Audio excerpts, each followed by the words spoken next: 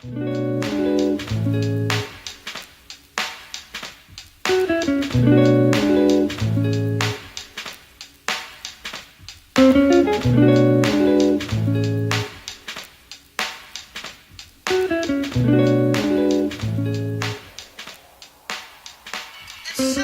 everyone to the Girls in Movement podcast, where we talk to influential founders, speakers, and all-round cool people from across the globe. Today we are doing a global podcast with our guest being based in Cyprus today. She's an international multi-award-winning psychotherapist, and she recently won the Inspirational Woman of the Year award. Now, my guest broke free from a difficult childhood to overcome some amazing barriers to where she is today. And I think these really are the guests that I love to speak to. She's appeared on numerous TV and radio shows across the world and spoke on numerous global platforms. So without further ado, I introduce to you Viola Edward. How are you, Viola? Hi, I'm good. Thank you very much for this opportunity. Lovely Yes, to talk. of course. So, I mean, I tend to ask my guests about, I suppose, where their career started, but I feel like we need to go further back and ask you, I suppose, about your childhood, because I think that's truly shaped your career today and who you are. So tell our audience about that. Well, I was one of these small kids who always knew what they want to be. I always wanted to be psychologist and a teacher, and I'm a book girl. So we don't remember. Nobody remember me with a toy or it's like, and in my family they don't even remember when I start having books in hand. But then how is it? Life sometimes has other plans. First of all, books were my refuge, my safe place, because when I was 3 years old, my dad died from a heart attack, and very, very sudden, quick. He was 29. My mom was 24, and she was pregnant with my adorable sister, Layla. And that was a big change in our life. We were then in Kirkuk, Iraq. And after, so it was huge drama, trauma. And I think that had affected me for many, many years. Anyway, when I was around 5, then we emigrated to Lebanon because my mom is Lebanese, was Lebanese. And then that meant that I grew up with my father's family who were Assyrian, who speak Assyrian. Wow. And when we moved to Lebanon, we learned how to speak Arabic and meet new family. And we stayed there for 8 years. And my mom did whatever was in her hand to give us the best education and give us the best. So I had, we could say, stable 8 years there. And but then the situation in Lebanon was as as we know was not very good, and people, it was unstable, and being she already going through all the process from Iraq to Lebanon. So she had a brother in Venezuela, and early 70s we emigrate to Venezuela. And that was tough then, because then we become immigrant. And we can have a huge program between the difference between immigrant and refugees. Of course, we had families where we could stay with, but it was very difficult. And then I had to interrupt schooling at the age of 13, and that was a big thing in my life because well, I'm a school girl, isn't it? And then I start working. So in a way, my career started there, because then I start working and learning the language very quickly. Fortunately, we speak languages. We speak, of course, Arabic, and then we spoke French. And for that, learning Spanish was easier for me. And then my first job was selling shoes in a shoe store. And I still like shoes, not that much like some of my friends. And then my mom thought it will be good that I have a trade in hand. And so my mom thought, what about if you learn a trade? And she put me in a academy to be a hairdresser. And then the drama there was that I'm so bad with my hands, and I'm still dreaming about being teacher, psychologist, and all that stuff. And it was quite dramatic for me to learn that trade. Yeah, I bet. It's like my mind was not there. And you know, there is a dramatic situation. We're talking about 70s, of course. And nowadays it's different because we have so many online courses. But then when a child interrupted schooling, they had no way to go back to school because Sure. the system to go back at night, it was set for people above 18 years old. There were system of education. Oh, But okay. then here I am so young. And so I learned how to be hairdresser and being quite unhappy there. I Right. remember I developed like allergy from the spray, and I used to cut my fingers very much when I Ooh. used to. I remember being unhappy, and one of my friends tell me, "But what else can you do? What else?" And I look at her and I said, "I don't know." And she said, "I'll help you." And then she created a notice in the newspaper saying that I was mechanographist and receptionist, and I spoke 3 languages, and she put me like, you know, in a level like that. And actually 15 companies called me, and Wow. some of those interviews I could not pass the first. But between those, there were an engineer who had a work in the morning, and he had an office in the afternoon, and he needed somebody to be in the office. And from the phone, he was so kind and nice, and I think he noticed that I knew little. But we went to an interview, and he just gave me the work with very little Wow. money, and then and then I escaped from the hairdressing without saying to my mom or anybody. And then and then I find a system for education that they will take over 16. Yeah.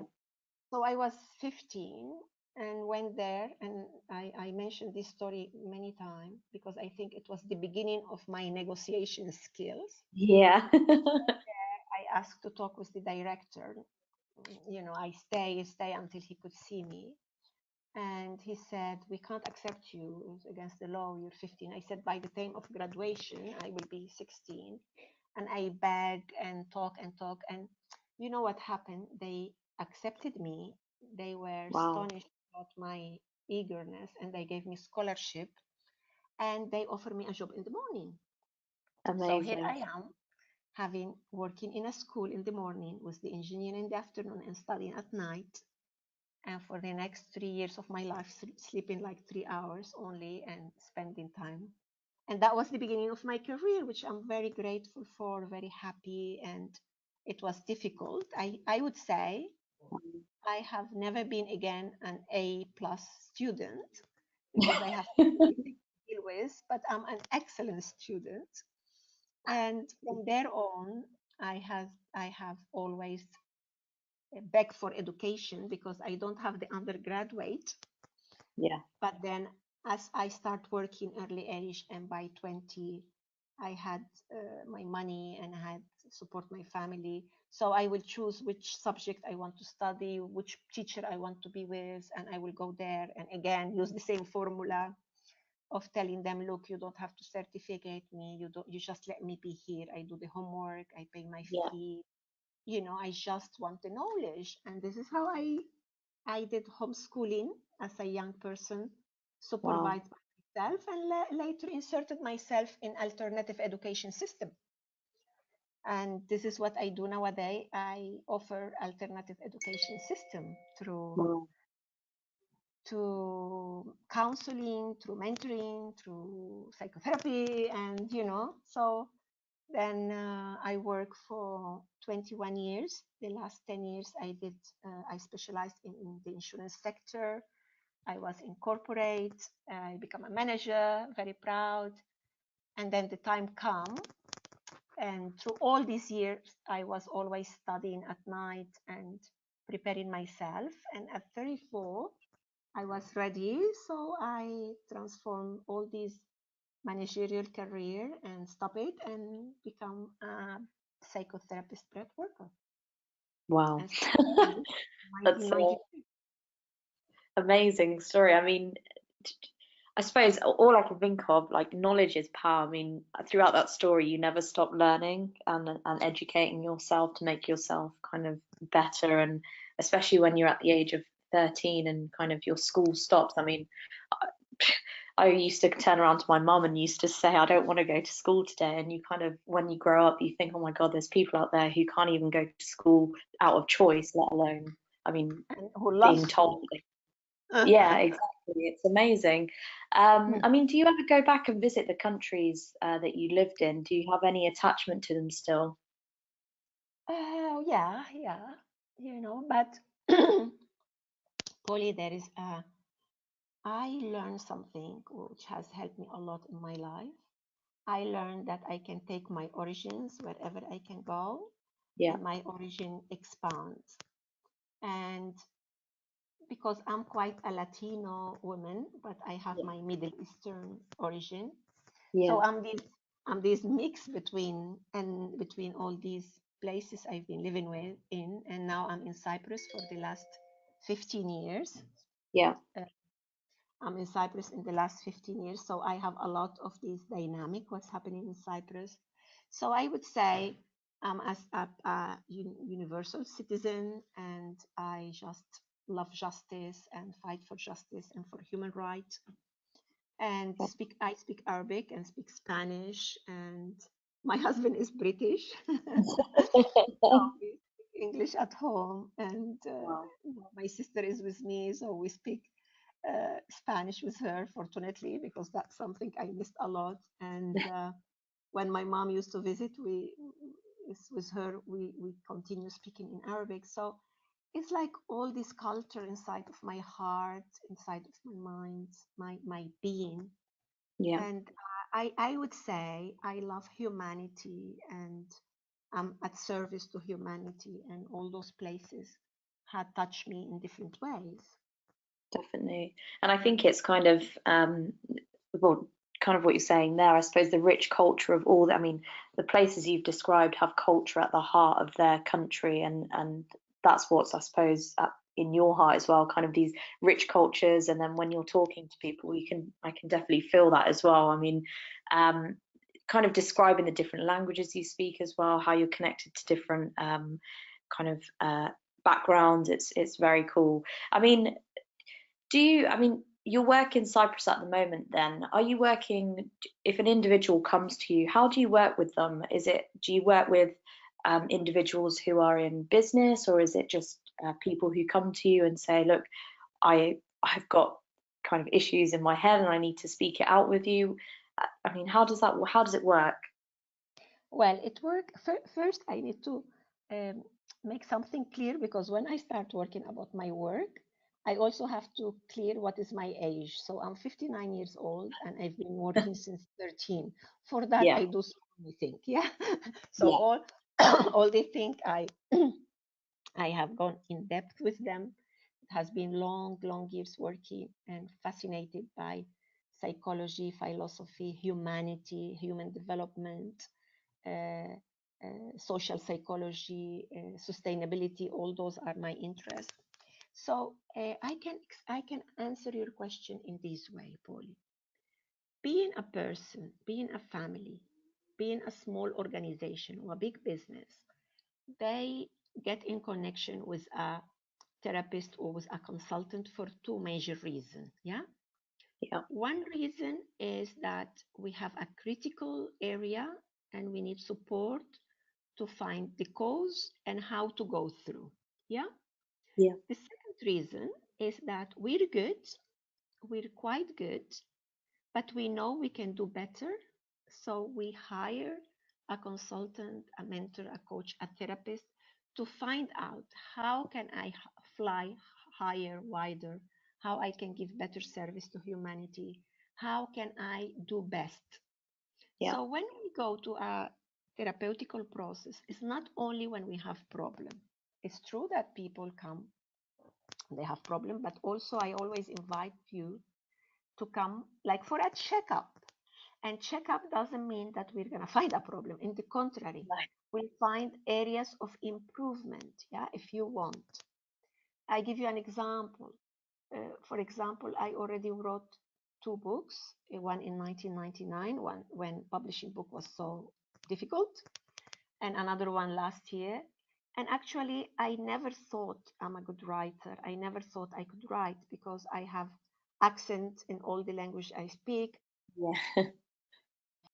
You know, the issue. But what happened? It was that one of my students recorded me a whole course and transcribed me and passed me that on paper. And then later I Wow. saw the screen. And you see, that was an area of improvement. Yeah. So when I get coaching for that, it was to improve an area that it was not there. This is an example, yeah? Yeah. An example is like now I will open work a new market in Middle East. I speak Arabic, I vibrate with women and with men, and I have all these talents and qualities to work with. This is a market just there. So this is a new area of improvement, isn't it? Yeah, So definitely. so I specialize in relationships and in businesses, clarity business. I also have another specialization in addiction, Wow. like uh, working in recovery and the process for recovery with the family and with the person in question. And I have another specialty in sexuality. And for that, I have to tell you my age, yeah? Yeah. Yeah.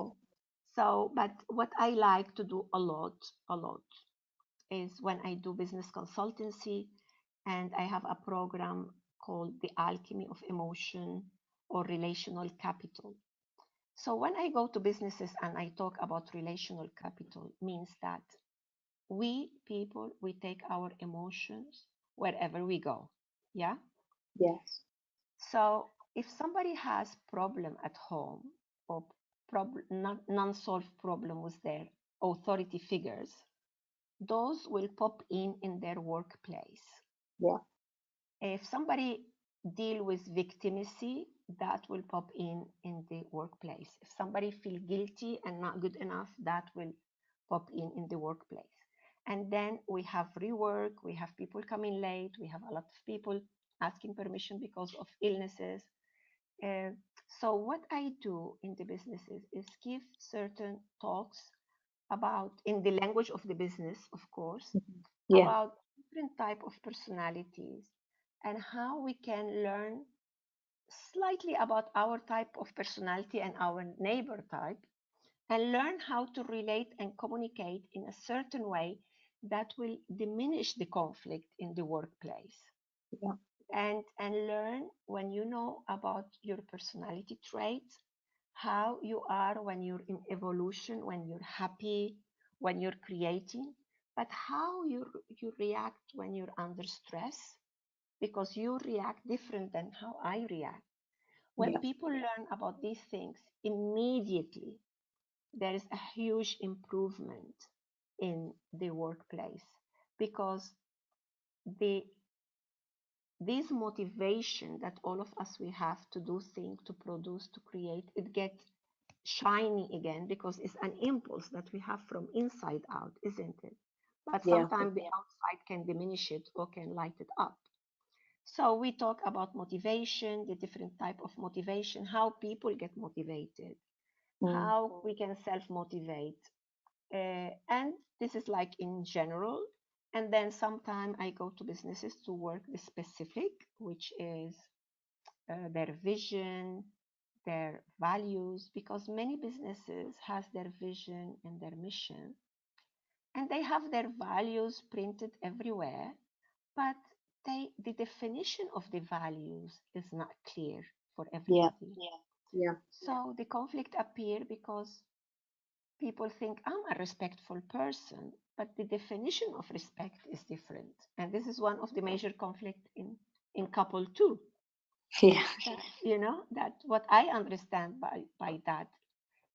So being a transcultural psychotherapist is to be able to understand why we see the way differently, how we see the world different, and how to find channels of connection with our relational capital to be above uh, the situation and to learn how to self-do conflict resolution as much as we can do. And when we arrive to a point we cannot do more, so we call the consultant or the counselor or whatever is the person for the situation. And all our life, the workplace is how education continue. We have the duty to keep educating in different levels. So this is my job.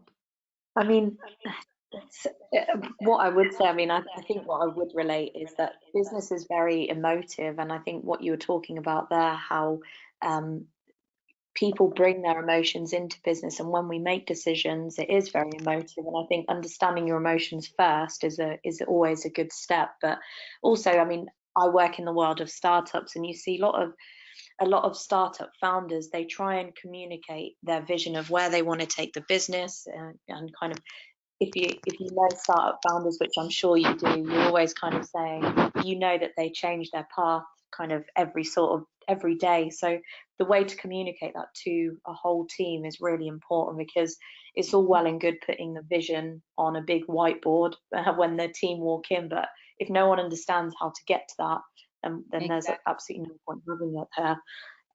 Yeah, I mean, let's change the topic slightly. So well, we can say that effective communication in your word in the startup is, I mean, how many people have great ideas, they are hardworking people, and they cannot manage to because of their way of communicating, because they can't pass the message, and because they didn't learn managerial skills on the process, and then all that fade away, and it's such a pain and such a waste. So we have a lot of work to do there. Yeah, definitely. I mean, I always find, I mean, when I read about some of the best startups in the world, Facebook, Airbnb, Apple, Uber, the founders of these companies, they had a passion. They had a passion for what they wanted to change. It was never money orientated. I mean, Mark Zuckerberg, all he wanted to do was connect with his friends in his dorm, in his hallways. And when you look at how the story went on, and he always says, and Steve Jobs as well, they always say, we weren't good at managing people, we were only good at the ideas, so we hired intelligent people to do that job for us. And I think there's always a element of, when does the founders kind of know themselves, okay, I'm not very good at managing people, I'm not sure how to communicate with them, so do you know what, I'll either learn it or I'll give it to someone else to do. And I think that really is the key to success. It's how you communicate your vision with the rest of the team, and that's the difference of a startup failure and success, really. Being coachable is a key in any business, in any relationship is, and I think every day is getting more understanding about that. I used to do this kind of work in United States and South America in the 90s, and I was in the Congress of Human Resources and Management in Geneva in 2001, and already I was talking about the alchemy of emotion in businesses. And now I can see more and more in Europe and in UK is getting more and more places. And so hopefully all of us, we will have coaches through our life, different coaches in different subjects. Yeah, it's hugely important, coaches or mentors in your life. I think when I say it's coaches, what I mean is mentors, counselor, psychotherapist, any way of counseling. definitely. And if you allow me, there is one of my teacher who used to say, well-being is not that complicated. It has three major principles. One is be positive. Being positive is seeing the whole picture, not only positive, see the negative, see the positive. Second one, be in balance, and life will take you out of balance. Learn and go back to balance, meaning body, mind, emotion, meaning of life. And the third one is the principle of consultancy. When life takes you out of balance, you do those steps that we will tell you maybe in another, because now we're short of time. And if you couldn't manage to go back to balance, so you go to external consultancy. And that was the three principles that he, this is a methodology that the name is positive psychotherapy. Okay. And it's honestly, it's like, if you want one day, we can just talk about that. It's fantastic. Yeah. And okay. No, it sounds amazing, and I think, and when you say it like that, it sounds like simple things, but people forget about the simple things. I mean, especially when we go back to the world of business, but founders always just look at the negative, and you have to look at the positive as well to give you a bit of perspective on what's going on. So yeah, no, completely relatable. I mean, do you have any exciting sort of plans for the rest of 2018, Viola? I know before we kind of came online, you were talking about an exciting fashion show for one of your friends, which sounds very cool. Yes, my friend. Yes, I will connect you with her. Well, I do breathwork counseling training, professional breathwork counseling training, which is a program of 600 hours, and we divide it in first 200 hours so people learn how to counsel one-to-one through breathwork. Then they work for a while and they do the second level, which is another 200 hours to be able to do this breathwork counseling in groups. And then they work for 2 years actively, and then they come back to the trainer of training of trainers, and do another 200 hours. So I do those training in Cyprus, and I'm opening to do them in different parts of the world, starting in Yeah. July in Antwerp. We have one intensive of those, and soon coming to London. Great. So the idea is to have them in some key cities, and some people who couldn't or want to do more, they can go to the other city, and then they can come to Cyprus, or they can do them all in that city. So I think we need much more. Breath is connection with life, and as much as we understand what does it mean and how can we use it fully, to connect fully with life and with our ability and talent, is amazing process. And also this is another whole program for to talk about breath. So I have this ongoing training, and then I come to UK every 2 months approximately, to be in some platform, public speaking, and connection with some other businesses. And then I have as I told you, I speak Spanish, so I'm connected with a platform called which is seminars for entrepreneur, Spanish speaking, and they do every year a big event, and I'm with them. And then there is a magazine related to that event. Also, I'm part of the board of 3 magazines, one in Europe, one in Middle East, and one in South America. So supporting them and supporting in my relational connecting to connect people all around the globe. And I have a couple of nominations. I didn't know, but I'm nominated for a couple of things. Let's see what's gonna happen, because last year was like 6 or 7 Wow, well done. after all Amazing. these years of working. Last year it was the year of public one of the year of public recognition, like massively in That's United good. States and in here. And wow, it was amazing. That's And phenomenal. and I'm organizing.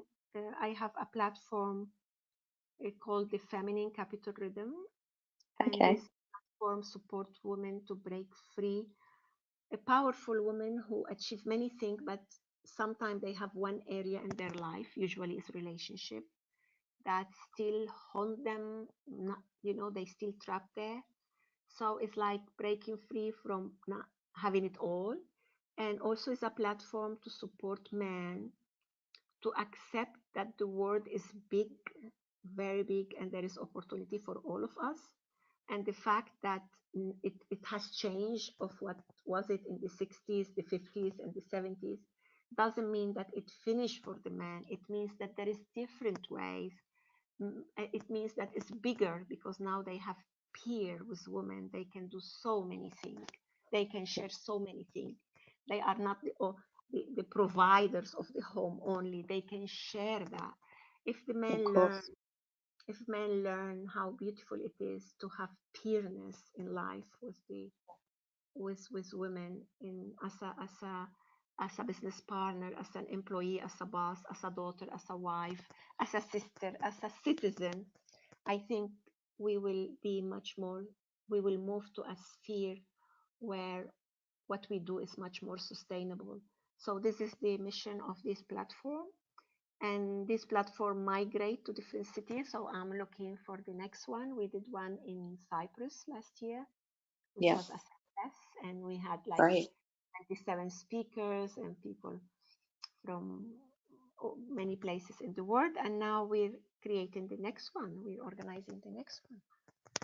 Wow, very exciting, Viola. I mean, sounds like a huge kind of the rest of 2018 is busy, which is all good, and it's great that you're being recognised for the work you're doing as well. Yeah, kind of huge respect for that. Very and good.